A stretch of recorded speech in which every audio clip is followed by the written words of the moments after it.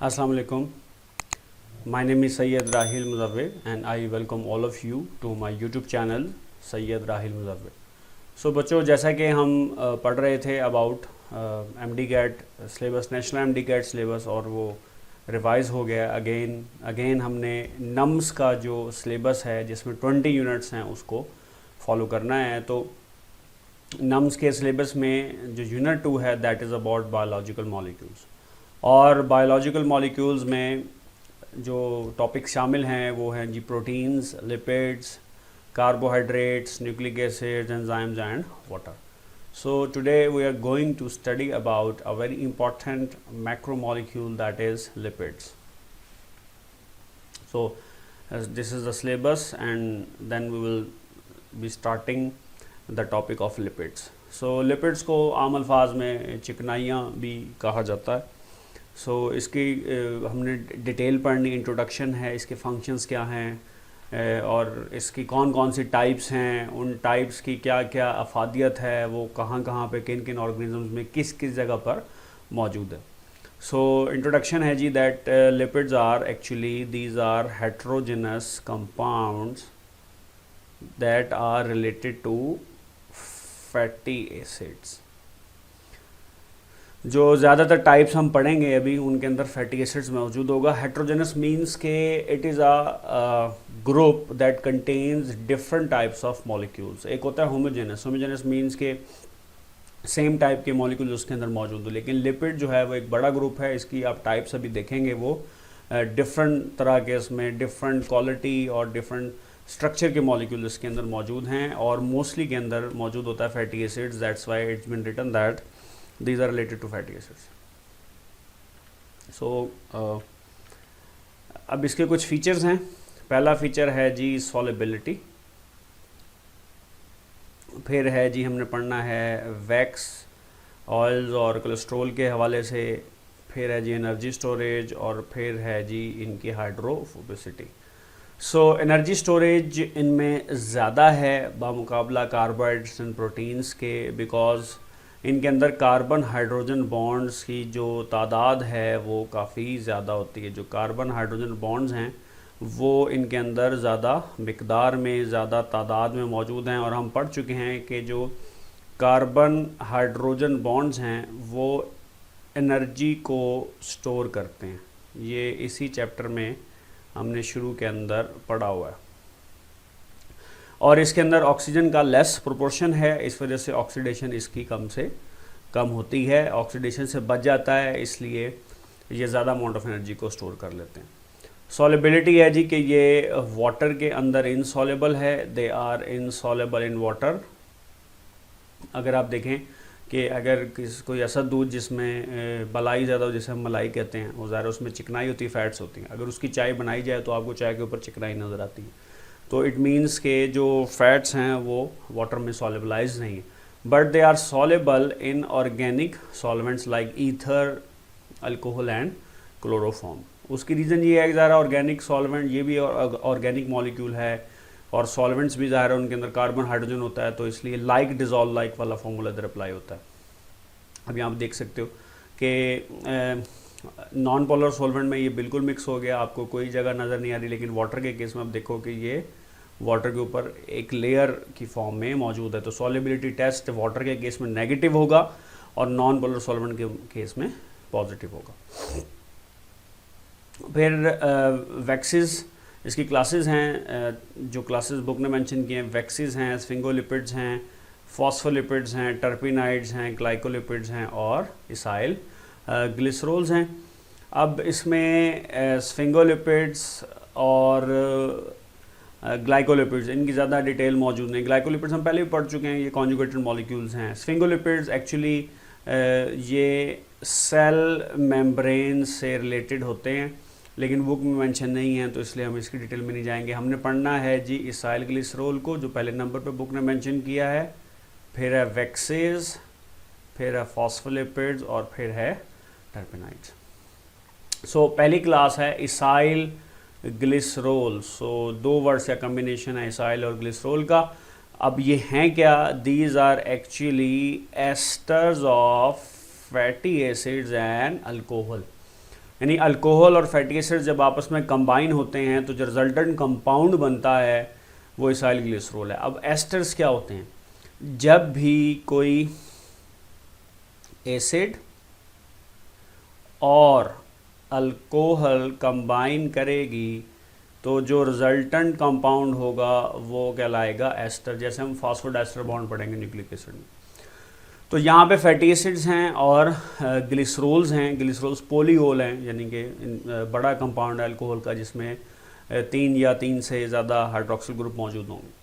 सो अब इसाइल ग्लिसरॉल की एक टाइप है मोनो इसाइल ग्लिसरॉल, एक है डाई इसाइल ग्लिसरॉल और तीसरी है ट्राई इसाइल ग्लिसरॉल। अगर एक फैटी एसिड और ग्लिसरॉल कंबाइन होंगे तो मोनो इसाइल ग्लिसरॉल, मोनो कहते हैं 1 को, ठीक है जी। और अगर 2 फैटी एसिड होंगे और ग्लिसरॉल होगा तो डाई इसाइल ग्लिसरॉल। अगर 3 फैटी एसिड और ग्लिसरॉल होंगे तो वो ट्राई इसाइल ग्लिसरॉल। तो ये बुकिश फार्मूला है कि आप देख सकते हैं कि ये जिन मॉलिक्यूल्स ने इनमें से निकलना है और वाटर की फॉर्म में वो हाईलाइट हो गए।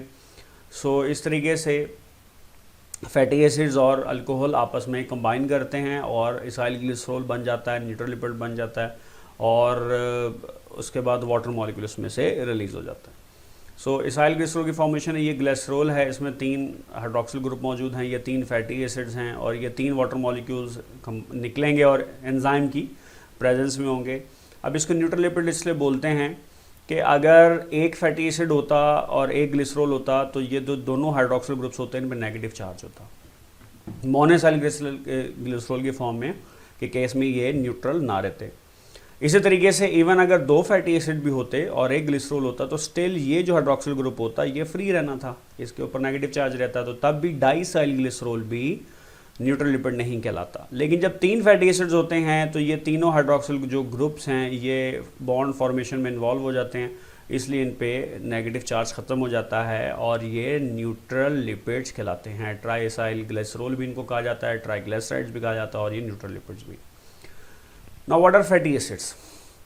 बुक ने लिखा है जी कि fatty acids are compounds having even number of carbon atoms, यानी तादाद इनकी इवन है, ऑड नहीं है, यानी 2 है, 4 है, 6 है, 8 है, अप टिल 30, यानी मिनिमम कार्बन की किसी फैटी एसिड में 2 हैं, मैक्सिमम 30 हैं। और स्ट्रेट चेन में हाइड्रोजन इनके साथ अटैच है और इसके साथ एक एसिडिक ग्रुप है, कार्बोक्सिलिक ग्रुप इसके साथ अटैच है। अब सॉल्युबिलिटी अगर वाटर में देखें फैटी एसिड्स की, तो जैसे जैसे फैटी एसिड्स का कार्बन नंबर बढ़ता जाएगा वैसे वैसे इसकी जो सॉल्युबिलिटी है वाटर में वो कम होती जाएगी। यानी कि जिस फैटी एसिड्स के अंदर कार्बन एटम्स की तादाद कम है वो वाटर में ज़्यादा सॉल्युबलाइज है और जिस फैटी एसिड की में कार्बन की तादाद ज़्यादा है वो लेस सॉल्युबलाइज है।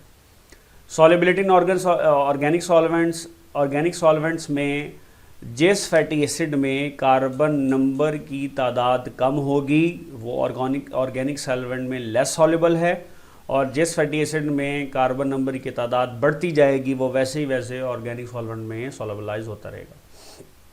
फिर है मेल्टिंग पॉइंट। अब मेल्टिंग पॉइंट भी इंक्रीज़ होता है with increase in carbon number. जैसे ब्यूटारिक एसिड का लिखा हुआ है, आप देख सकते हो कि -8 है और पामेटिक एसिड का है जी 63.1 डिग्री सेंटीग्रेड। ब्यूटारिक एसिड में 4 कार्बन हैं जबकि पामेटिक एसिड में 16 कार्बन होते हैं। और फैट्स ऑयल जो हैं ये वाटर के मुकाबले में लाइटर हैं, उनकी स्पेसिफिक ग्रेविटी है 0.8। स्पेसिफिक ग्रेविटी निकाली जाती है कि density of a substance divided by density of a water. So water इसमें रेफरेंस कंपाउंड है और ये मेडिसिन इंडस्ट्री में इसका बड़ा रोल होता है। तो स्पेसिफिक ग्रेविटी की वैल्यू आपने याद रखनी है 0.8। कॉमनली इनको हम क्रिस्टलाइज नहीं कर सकते लेकिन क्रिस्टलाइजेशन की जा सकती है अंडर स्पेसिफिक कंडीशंस। सो जी फैटी एसिड 2 तरह के हो सकते हैं, सैचुरेटेड और अनसैचुरेटेड। सैचुरेटेड की डेफिनेशन है कि इसमें डबल बॉन्ड ना हो, अनसैचुरेटेड की डेफिनेशन है कि इसमें डबल बॉन्ड हो सकता है। कितना हो सकता है? Minimum 1 maximum 6। ये सिर्फ एनिमल्स में मौजूद हैं और ये प्लांट से रिलेटेड होते हैं अनसैचुरेटेड फैटी एसिड।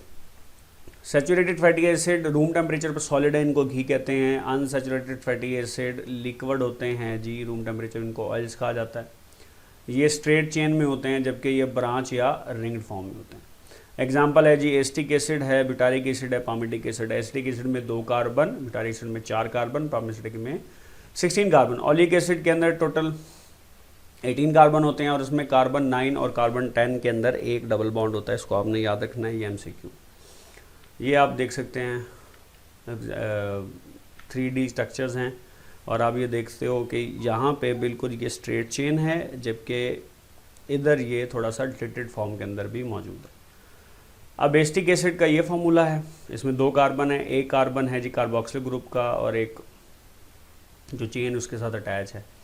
अच्छा, इसी तरीके से ब्यूटारिक एसिड में 4 कार्बन है, एक कार्बन कार्बोक्सिलिक एसिड का और एक ये इसके साथ जो चेन अटैच है। इसी तरीके से पामिटिक एसिड में टोटल 16 है, एक है कार्बोक्सिलिक ग्रुप का, बाकी 15 हैं चेन के। इसी तरीके से कार्बन 9 और 10 में डबल बॉन्ड है।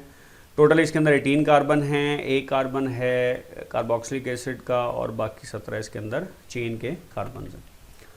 नेक्स्ट ग्रुप है जी वैक्सेस, जिनसे जो मोमबत्तियाँ जिनसे ताल्लुक़ रखती हैं और ये they are secreted by insects. आप देख सकते हो कि इंसेक्ट है ये, इसने इस तरीके से वैक्स बनाई हुई है यहाँ पे। और फंक्शंस क्या हैं कि ये फ्रूट्स और लीव्स पे मौजूद हैं एज आ प्रोटेक्टिव कवरिंग, एब्रेसिव डैमेज से बचाते हैं, वाटर लॉस से बचाते हैं। बिकॉज ये वाटर सब मिक्स नहीं होते तो वैक्स की अगर ऊपर लेयर होगी तो नीचे से वाटर जब एवेपोरेशन के ज़रिए निकलने की कोशिश करेगा तो वैक्स इसको क्रॉस नहीं करने देगी, ठीक है। और ये वाटर बैरियर है इंसेक्ट्स में, शीप्स के अंदर, बर्ड्स के अंदर। अब इसकी कॉम्पोजिशन में 4 तरह के मॉलिक्यूल्स मौजूद हैं। पहला तो है जी लॉन्ग चेन अल्केन्स और उनमें ऑड नंबर है कार्बन का, यानी मिनिमम 25, मैक्सिमम 35, 25, 27, 29, 31, 33 और 35 इस तरीके से। अल्कोहल्स मौजूद है जी दूसरे नंबर पे डिफरेंट। फिर जी कीटोन्स मौजूद हैं और लास्ट में जी esters of long chain fatty acids. तो आप देख सकते हो कि वैक्स एक बहुत ही हेट्रोजेनस ग्रुप है जिसके अंदर डिफरेंट टाइप्स के मॉलिक्यूल और एटम्स मौजूद हैं। फिर है जी phospholipids. Phospholipids are derivatives of phosphatidic acid. अब पहले तो फॉस्फेटाइडिक एसिड क्या है? फॉस्फेटाइडिक एसिड में एक ग्लिसरॉल है, एक फैटी एसिड्स हैं और एक फॉस्फोरिक एसिड है। ये देख सकते हैं आप कि इसमें पहले 2 कार्बन पर फैटी एसिड्स अटैच होते हैं, ठीक है। तीसरी पे अटैच है इसके साथ फॉस्फेट या फॉस्फोरिक एसिड। फॉस्फोलिपिड की फॉर्मेशन कैसे होगी? फॉस्फेटाइडिक एसिड है, उसके साथ नाइट्रोजनस बेसिस अटैच हो जाती हैं। बेसिस कोलिन हो सकती है, एथेनिलमीन हो सकती है, सीरीन हो सकती है, तो ये बन जाता है फॉस्फोलिपिड। अब फॉस्फेटाइडिक एसिड है और इसके अंदर कोलिन ऐड हो रही है तो बन जाएगा फॉस्फाटाइडिल कोलिन, ठीक है। इसको लेसिथिन भी कहते हैं। अगर सीरीन ऐड हो जाएगा तो फॉस्फेटाइडिल सीरीन, अगर एथिलीन ऐड हो जाएगा तो फॉस्फेटाइडिल एथिलीन। अब ये इनका काम क्या? These are part of biological membrane. Cell membrane में हम बड़ी डिटेल से पढ़ चुके हैं कि फॉस्फोलिपिड्स हर एक बायोलॉजिकल मेम्ब्रेन का पार्ट हैं। इसके 2 पार्ट्स हैं, this is head and this is tail. Head में फॉस्फेट ग्रुप मौजूद है, इसलिए इस पर मौजूद होगा नेगेटिव चार्ज, या आप इसको कह सकते हैं कि ये पोलर है। जबकि टेल के अंदर फैटी एसिड्स हैं तो ये नॉन पोलर है। अब अगर इस तरीके से टिल्ट मौजूद हो तो इट मीन्स के अंदर सैचुरेटेड फैटी एसिड मौजूद है। अगर कोई फैटी एसिड इस तरीके से आपको नज़र आए तो इट मीन्स के ये सैचुरेटेड है, बिकॉज इसकी टेल के फैटी एसिड में कोई डबल बॉन्ड मौजूद नहीं है। लेकिन अगर इस तरीके से, जैसे बुक में नीचे भी आप देख सकते हो, बुक में भी है, टिल्टेड हो तो इट मीन्स कि इसके अंदर अनसैचुरेशन मौजूद है। तो अभी देख सकते हो कि ये स्ट्रक्चरल फार्मूला है, this is space filling model and this is phospholipid symbol. तो ये इस तरीके से इसकी डायग्राम बनती है।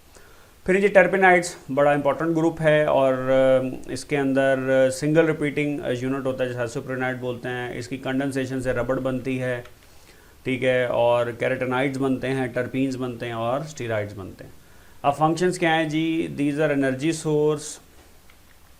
इससे मेम्ब्रेन स्ट्रक्चर बनता है, डिफरेंट मेम्ब्रेन का स्ट्रक्चर बनता है, जैसे ये देख सकते हैं आप। फिर इंसुलेशन में रोल प्ले करता है, जैसे कि हम न्यूरॉन में पढ़ते हैं माइलिन शीट होती है, उससे इसकी स्पीड बढ़ जाती है।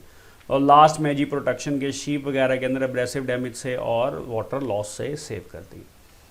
सो जी ये आज का टॉपिक था, आसान टॉपिक है। इंशाल्लाह मुझे यकीन है कि आपको समझ आया होगा। अगर कोई क्वेश्चन है तो आप मुझसे ज़रूर पूछ सकते हैं कमेंट सेक्शन में। इस वीडियो को लाइक करें, शेयर करें और मेरे चैनल को ज़रूर सब्सक्राइब करें और बेल आइकॉन को दबाना मत भूलें। इंशाल्लाह नेक्स्ट टाइम आपसे फिर मुलाकात होगी नए लेक्चर के साथ। अपना ख्याल रखिएगा। खुदा हाफिज़।